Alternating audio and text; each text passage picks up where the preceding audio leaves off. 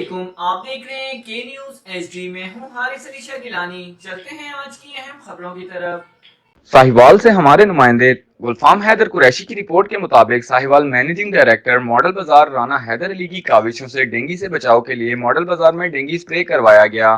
اس موقع پر دکانداروں کو صحت کو دیکھتے ہوئے تمام تر سٹور ہولڈرز کی دکانیں بند کروا دی گئیں تاکہ سپرے سے کسی کو کچھ نقصان نہ پہنچے۔ اس موقع پر رانا حیدر علی کا کہنا تھا، ڈینگی مرض سے بچاؤ کے لیے صفائی کا خاص خیال رکھیں، پانی کو کھڑا نہ ہونے دیں، برتنوں میں پانی کو ڈھانپ کر رکھیں۔ مزید انہوں نے کہا کہ اسٹال کی تمام تر معلومات کے لیے تمام سٹاف اور میں ہمہ وقت حاضر ہوں۔ ریسکیو 1112 کے اشتراک سے ہم نے الگ سے ریسکیو اسٹال تمام دکانداروں کے لیے قائم کیا ہوا ہے جو کہ کسی بھی ناخوشگوار واقعے کے لیے ہر وقت حاضر ہیں۔